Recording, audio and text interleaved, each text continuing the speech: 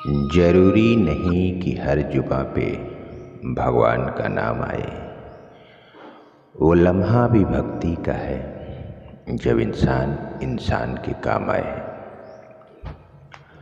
अगर जिंदगी हंसाए तो समझना कि अच्छे कर्मों का फल मिल रहा है। अगर जिंदगी रुलाए तो यह समझना कि अब अच्छे कर्म करने का वक्त आ गया है। ओम नमः शिवाय। आज हम जीवन और मृत्यु को समझेंगे। जीवन और मृत्यु परमात्मा के हाथ में है। जीव को न तो स्वयं जन्म चुनने का अधिकार है और न ही मृत्यु प्राप्त करने का अधिकार।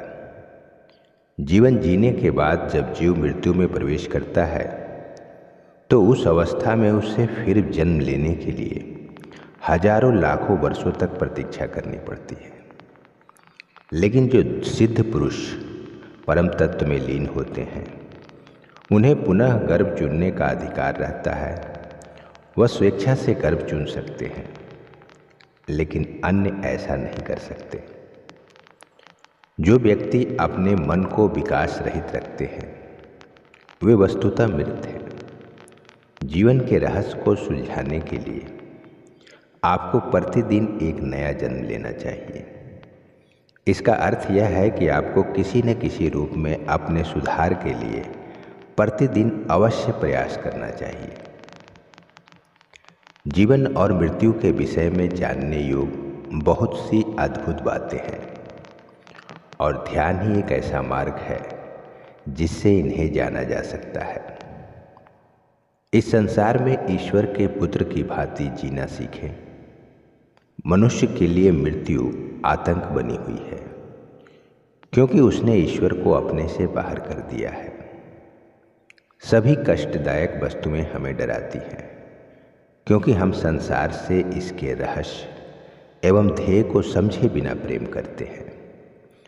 परंतु जब हम प्रत्येक वस्तु को ईश्वर के रूप में देखते हैं तब हमें इसमें कोई भी अंतर दिखाई नहीं देता है। हम जीवन और मृत्यु में निरंतर जन्म लेते रहते हैं।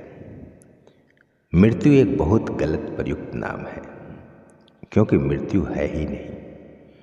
जब आप जीवन से थक जाते हैं तब आप केवल अपने शरीर रूपी ऊपरी चोले को उतार देते हैं और सूक्ष्म जगत में वापस चले जाते हैं। मृत्यु का अर्थ है अंत। एक गाड़ी जिसके पुर्जे घिस चुके हैं वह मृत हो गई है, उसका अंत हो गया है। उसी प्रकार मृत्यु से भौतिक शरीर का अंत हो जाता है, परंतु अमर आत्मा मृत नहीं हो सकती। प्रत्येक रात्रि को नींद में आत्मा भौतिक शरीर की चेतना के बिना रहती है, लेकिन यह मृत नहीं होती। मृत्यु केवल एक लंबी निद्रा है जिसमें आत्मा भौतिक शरीर की चेतना के बिना सूक्ष्म शरीर में रहती है। परंतु जब हम सो रहे होते हैं तो हम मरे नहीं होते हैं और ना ही हम पूर्ण रूप से अचेत होते हैं, क्योंकि हम जब जागते हैं तो हमें यह याद रहता है कि हमें अच्छी नींद आई या न आई। भगवान श्री कृष्ण भगवद गीता में कहते हैं कि जो व्यक्ति सांसारिक जीवन के सुखी और दुखी पक्षों के प्रति न तो हर्षित होता है, न द्वेष करता है, न शोक करता है, न कामना करता है, तथा जो शुभ और अशुभ कर्मों से संबंधित चेतना का त्यागी है, वह भक्ति युक्त पुरुष मुझे प्रिय है।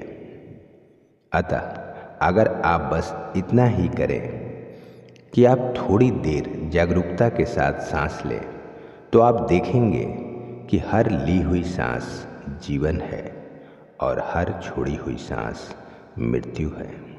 उम्मीद करते हैं कि यह वीडियो आपको पसंद आया होगा। धर्म, अध्यात्म और जीवन के सत्य को जानने के लिए आप अपने चैनल दिव्यांश दीप को सब्सक्राइब जरूर कीजिए और इसे लाइक और शेयर भी जरूर कीजिए। और ऐसे ही ज्ञानवर्धक वीडियो को सबसे पहले देखने के लिए आप नोटिफिकेशन बेल प्रेस करना ना भूलें। जय श्री कृष्ण।